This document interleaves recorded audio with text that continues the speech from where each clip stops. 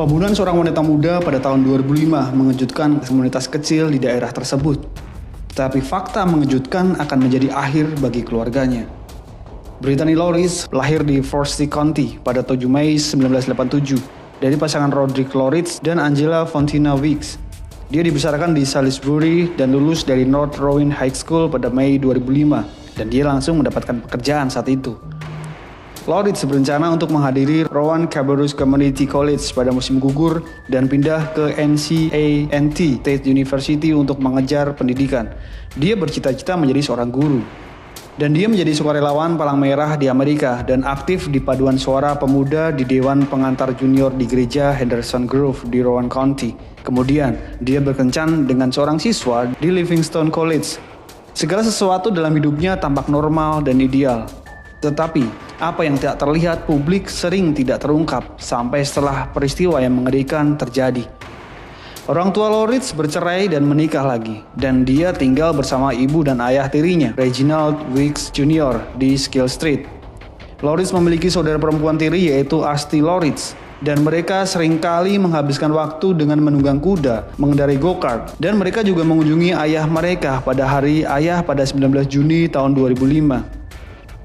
Asti Loritz yang saat itu berusia 15 tahun tinggal bersama ibu dan ayah tirinya.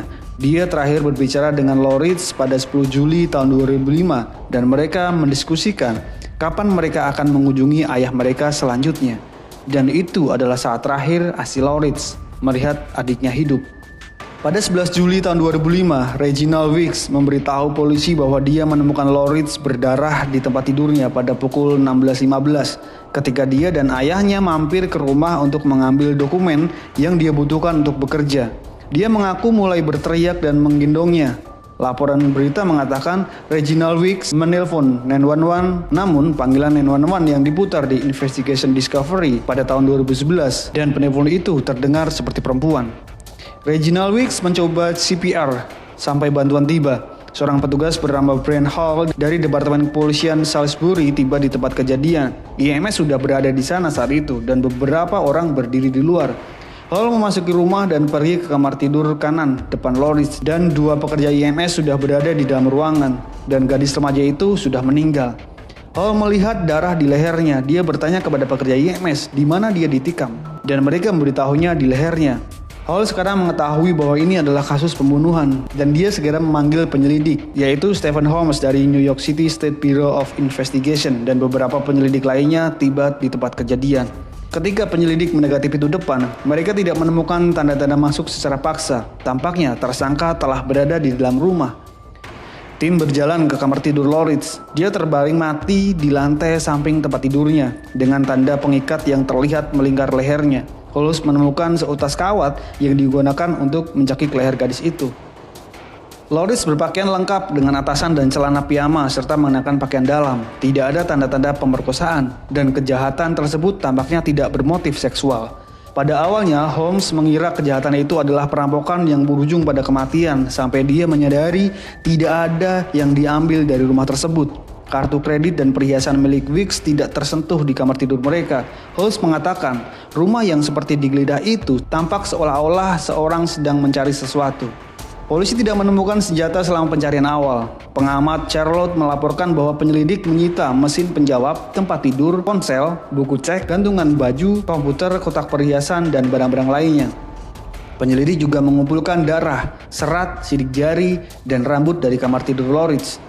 Kurang dari 24 jam setelah pembunuhan Loritz, Detektif Holmes dan Salisbury J.D. Barber mewawancarai Ibu Weeks dan Loritz dan Angela Weeks. Alibi Angela Weeks saat itu adalah dia sedang bekerja dari jam 7 pagi sampai jam 3 sore dan tiba di rumah sekitar jam 4 sore.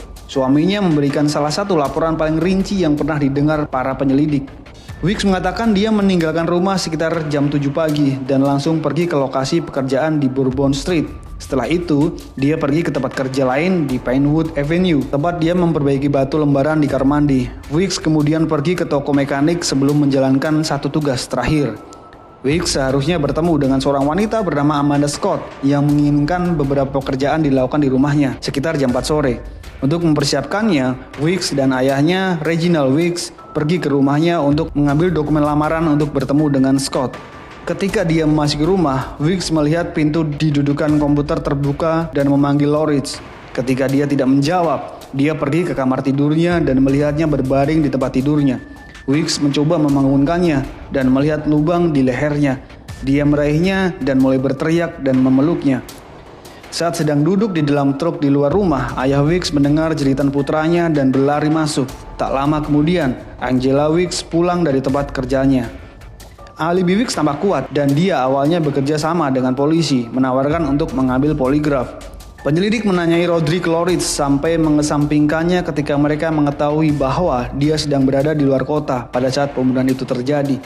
Detektif kemudian menyelidiki lingkungan rumah tersebut untuk melihat apakah ada yang melihat atau mendengar sesuatu yang tidak biasa sepanjang hari pada 11 Juli tahun 2005. Beberapa mengatakan mereka melihat seseorang pria berlarian di antara rumah tersebut, tetapi tidak ada yang melihatnya dengan jelas. Namun, tidak ada perampokan atau pelecehan seksual yang dilaporkan. Sementara itu, otopsi menunjukkan Loritz dicekik dengan gantungan baju dan pingsan, tetapi luka tusukan yang di dalam lehernya yang membuatnya terbunuh. Loritz tidak memiliki tanda-tanda perkelahian dan cairan mani tidak terdeteksi di TKP atau di tubuhnya. Dia mengalami abrasi pada alat kelaminnya, namun bisa jadi itu akibat hubungan seks suka sama suka. Menurut pemeriksaan medis, itu membuat polisi percaya Loritz saat itu sedang melakukan hubungan intim yang melibatkan percekikan dan terjadilah pembunuhan yang tidak disengaja itu. Pembunuhnya panik dan kemudian mengatur TKP agar terlihat seperti perampokan. Polisi yakin Loritz mengenal pembunuhnya dan hanya satu orang yang terlibat.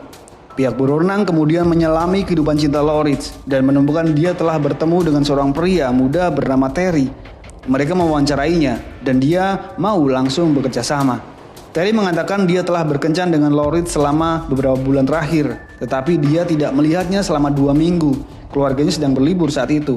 Penyelidik mengatakan dia benar-benar terpukul atas kematian Loritz. Detektif mengetahui melalui Angela Weeks bahwa Loritz melakukan aborsi 5 tahun sebelumnya. Mereka bertanya apakah dia mengenal ayah bayi itu, tetapi ketika mereka mendesaknya, dia menutup diri dan tidak mengatakan apapun. Desas-desus menyebutkan bahwa pembunuhnya adalah mantan pacar Loritz, yaitu Jerome Buckler, seorang pembuat onar dengan catatan kriminal. Saat diinterogasi polisi, Buckler menjadi sangat emosional dan menangis. Dia juga setuju untuk mengambil tes poligraf dan memberikan sampel rambut dan darah. Penyelidik kemudian fokus pada ibu dan ayah Terry Loritz. Mereka telah melihat cuplikan CCTV dari rumah tersebut pada hari pembunuhan dan melihat ibu Weeks dan Loritz saling menghibur diri. Namun sesuatu yang signifikan menonjol bagi para detektif. Mereka melihat Weeks tidak memiliki darah di bajunya. Darah akan berceceran di bajunya jika dia memeluk Loritz seperti yang dia katakan. Detektif kemudian kembali dan menelusuri kembali langkah-langkah Weeks untuk mendukung alibinya. Weeks mengatakan dia telah meninggalkan rumah pada jam 7 pagi, langsung pergi ke tempat kerja, dan tidak pulang sepanjang hari. Tetapi 2 orang melihatnya berbalik dan kembali ke rumah tak lama setelah dia pergi. Saksi juga melihat Weeks kembali ke rumah saat makan siang oleh seorang pekerja pos yang mengatakan bahwa Weeks tampak kesal, gemetar, dan tidak tahu apa yang dia lakukan. Weeks juga memberitahu penyelidik saat interview pertama bahwa dia telah berhenti di rumah tetangganya antara pukul 7 dan 7.30 pada tanggal 11 Juli tahun 2005. Ketika polisi menanyai tetangga tersebut, mereka mengetahui bahwa Weeks telah mampir sekitar pukul 11. Detektif mendesak Weeks dan dia mengaku pulang sekitar waktu itu untuk mendapatkan surat lamaran. Catatan telepon mengungkapkan bahwa dia tidak pernah menelpon seseorang bernama Amanda Scott. Dan polisi tidak pernah menemukan bukti satupun bahwa seseorang bernama Amanda Scott benar-benar ada. Penyelidik yakin Weeks membunuh Loritz, tetapi mereka awalnya tidak mengetahui motifnya. Asli Loritz mengatakan Loritz tidak tahan dengan Weeks karena dia sangat mengontrol dan tidak akan membiarkan dia berpartisipasi dalam kegiatan apapun di luar rumah tanpanya. Loritz mengatakan kepada beberapa temannya bahwa dia takut pada ayah tirinya dan mengatakan kepada salah satu temannya bahwa dia telah memperkosanya. Tetapi ketika temannya menjadi kesal dan mengancam akan memanggil polisi, Loritz dengan cepat mengatakan bahwa dia bercanda dan memohon kepada teman-temannya untuk tidak mengatakan apa-apa. Penyelidik merenungkan baik-baik kurangnya DNA di TKP. Tidak ada luka bekas kekerasan di tubuh Loritz dan tidak ada tanda-tanda perlawanan. Mereka bertanya-tanya, apakah si pembunuh melakukan serangan seksual juga? Trauma benda tumpul menyebabkan abrasi ditemukan pada alat kelamin Loritz, tetapi bukan disebabkan oleh terong seorang pria. Polisi tidak tahu apakah pembunuhan itu direncanakan atau argumennya yang terlalu jauh.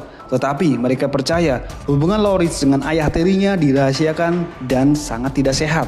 Ibu Weeks menyewa pengacara dan menolak memberikan sampel darah dan rambut kepada polisi sampai hakim memerintahkan mereka untuk melakukannya. Ayah Weeks juga menyewa seorang pengacara, mengklaim bahwa polisi melecehkannya di bisnis konstruksinya setelah dia memberitahu mereka semua yang dia ketahui. Pada 12 Agustus tahun 2005, penyelidik memperoleh surat perintah penggeledahan dan menangkap Weeks, menuntutnya dengan pembunuhan tingkat pertama. Weeks tidak memiliki catatan kriminal sebelumnya selain pelanggaran lalu lintas. Dia bekerja di bisnis konstruksi ayahnya dan telah bekerja di sebuah rumah di Penwood Avenue. Seseorang yang tinggal di Penwood Avenue memberitahu polisi bahwa Weeks telah meminjam korek api pada pagi hari pembunuhan Loritz. Pria lain memergoki Weeks mengembalikan kaleng bensin yang dipinjamnya tanpa izin. Pria itu mengatakan Weeks mengatakan kepadanya bahwa dia mengambil bensin karena dia harus membakar sesuatu. Polisi menggeledah di dekat lokasi konstruksi dan menemukan handuk putih yang terbakar. Penyelidik percaya bahwa Loritz dan ayah tirinya bertengkar pagi hari saat kematiannya. Dia memaksanya ke tempat tidur dan naik ke atasnya. Dia kemudian mencoba mengendalikannya dengan mencekiknya dengan gantungan baju. Tapi Loritz kehilangan kesadaran dan Weeks panik dan menyelesaikan pekerjaannya. Kemudian dia men-setting TKP, memukul alat kelaminnya dengan sebuah benda. Kemudian dia menggeledah kamar Loritz dan bagian rumah lainnya untuk membuat kejahatan itu terlihat seperti perampokan. Beberapa hari setelah penangkapan Weeks pada sidang pendahuluan, seorang hakim memberitahu Weeks bahwa dia memenuhi syarat untuk hukuman mati. 5 wanita muda, 5 teman dan 1 kerabat datang ke pengadilan karena mereka ingin Weeks mengetahui bahwa mereka mencintai dan mendukung Loritz. Setelah hakim menyebutkan hukuman mati, mereka yang mencintai Loritz bertepuk tangan. Namun kemudian pada bulan Februari tahun 2006, seorang hakim pengadilan tinggi menaikkan uang jaminan menjadi $500.000. Beberapa minggu telah dirilis sebelumnya dengan obligasi sekitar $350.000. Polisi kemudian menangkapnya kembali atas tuduhan pemerkosaan dan dia dibebaskan kembali pada 2 Februari 2006 dengan jaminan $500.000. Pada tahun 2007, Weeks memasukkan pembelaan Alford untuk mengurangi tuduhan pembunuhan tingkat 2 dan pemerkosaan tingkat 2. Menurut Sekolah Hukum University of Cornell, pembunuhan Alford juga dikenal sebagai permohonan kepentingan terbaik, mendaftarkan pengakuan bersalah secara formal terhadap dakwaan di pengadilan pidana, sementara terdakwa secara bersamaan menyatakan tidak bersalah atas dakwaan yang sama. Kennerly menyatakan dia menawarkan kesepakatan pembelaan karena Angela Weeks dianggap sebagai saksi kunci, tetapi tidak bekerja sama dengan jaksa. Pejabat mengkonsolidasikan tuduhan pemerkosaan dengan tuduhan pembunuhan dan Weeks dijatuhi hukuman sekitar 9 tahun. Dia hanya bisa menjalani hukuman maksimal 11 tahun 8 bulan. Dan Weeks dibebaskan dari penjara pada 20 Januari tahun 2015 dan diberikan masa percobaan setelah mencapai kesepakatan pembebasan. Beberapa laporan mengatakan dia dibebaskan pada Maret tahun 2015. Setahun setelah pembebasannya, polisi menangkap Weeks lagi karena pelanggaran pembebasan bersyarat. Banyak orang yang merasa hukuman yang didapat Weeks sangat tidak adil. Namun, itulah keputusan pengadilan yang telah ditentukan. Sekian dulu untuk kali ini. Terima kasih yang masih setia sampai menit ini. Gue Adam pamit. Sampai jumpa.